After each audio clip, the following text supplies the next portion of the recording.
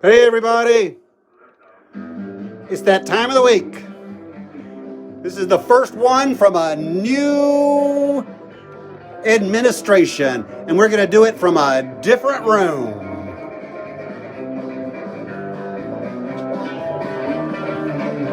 We're going out of the office and into the shop. And we are listening to Pete Weiss and the Weistronauts. If you would like to support me or this broadcast, you can do so at paypal.com/paypalme/Bald Chandler or patreon.com, The Chris Chandler Show. We are flying into the Jim Alberti Theater.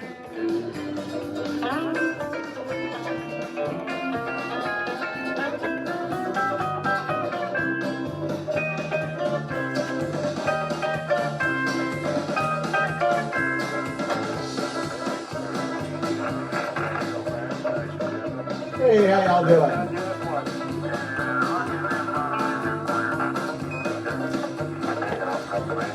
It's great to be with you.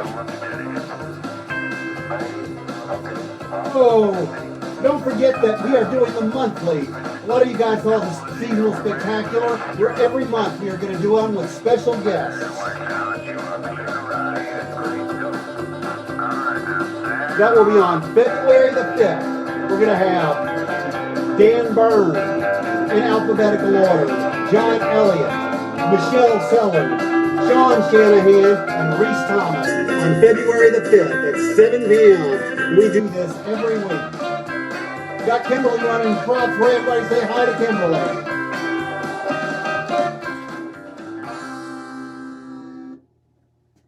Thank you so much for being here. This is the first poem of the week with a new administration, and we're trying to make this broadcast better every single week. I've been working on trying to get the shop turned into a better studio than the office, so we had a little more room to run around. I hope you guys are doing okay and feel the great weight that has lifted. I'm going to jump right into this poem. I just wrote it yesterday, so I'm going to read it as I wrote it. I realized that today is actually the 22nd and not the 21st. Today's the 22nd, my brother's birthday. Say hey to Kevin for me. Happy birthday, Kevin. I got to do this little thing. There we go. I'm just going to read it as it is. May this, the 21st day of the 21st year in the 21st century, be the day that we finally act as adults. 21. It feels like the pimple of puberty has finally burst, and we can all feel the pressure wane. On this, the first full day of a new administration, there is a great weight lifted. May the era where adults making adolescent allegations return to the juvenile oblivion from whence it came. This morning, a lighter air creeped in through the cranny beneath my windowsill. The curtains drawn back, revealing a polite dusting of snow, softening the hard angles of a long wintertide torrent. The world seems better somehow. But it is not just the monumental changing of the guards that the world has long wanted and now witnessed. The fissures that divide this state, this country, the world, have for a moment come a little closer together. And the world for a moment seems a smaller place. And a smaller planet means both scientifically and poetically a lighter gravity. It is hard to deny, but deny they will. But again, I say, may the era of allegations introduced as evidence, corroborated with nothing, return to the oblivion from whence it came. The weight that has been lifted is not the absence of some great orange meanie or the presence of some silver senior having to step in and mediate between warring factions. It is that an attempt at mediation was made. An olive branch was worn by a pop star whose operatic orations declare our flag was still there. And the ghost of Woody Guthrie drifted down to Mexico to hop a northbound boxcar bound for the border to sing Esta tierra es tu tierra, esta tierra es mi tierra. And the redneck in all of us removed our cowboy hats as we sang a song together written by a slave trader at the dawn of his epiphany. How sweet the sound that saved a wretch like me.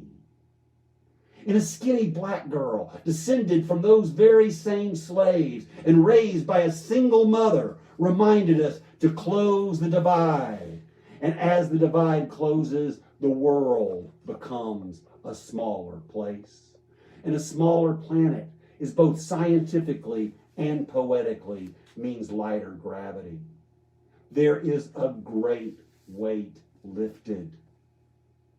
Gravity is a hard, unflinching, empirical fact that guides the tides while falsehoods flirt with floods. And today,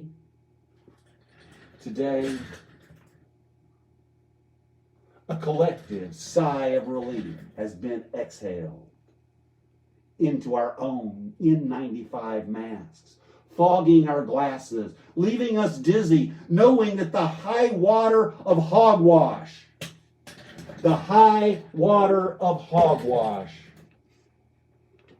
was the Al-Qaeda attack on democracy. We saw falsehood in the full light of day, dancing like the Grateful Dead, gussied up in Maurice Sendak garb, complete with Viking horns and tribal tattoos, chanting QAnon fantasies, a blizzard of bullshit. From atop the dais of the Senate chamber of our own soul. And from that vantage point, we saw that the bar set by the Trump administration was so low, it actually resembled a tripwire. And both sides of the political divide finally agreed, let the wild Trumpus end. And so it did. But being the United States of at least we are not Donald Trump is not enough. Yes, our new leader has an imperfect record, but we can expect no less than an imperfect future. But for now, I will enjoy the lighter air as I float upon the balloon of hope and trust that our imperfect president believes what he said so perfectly. May we lead not through the example of our power, but through the power of our example.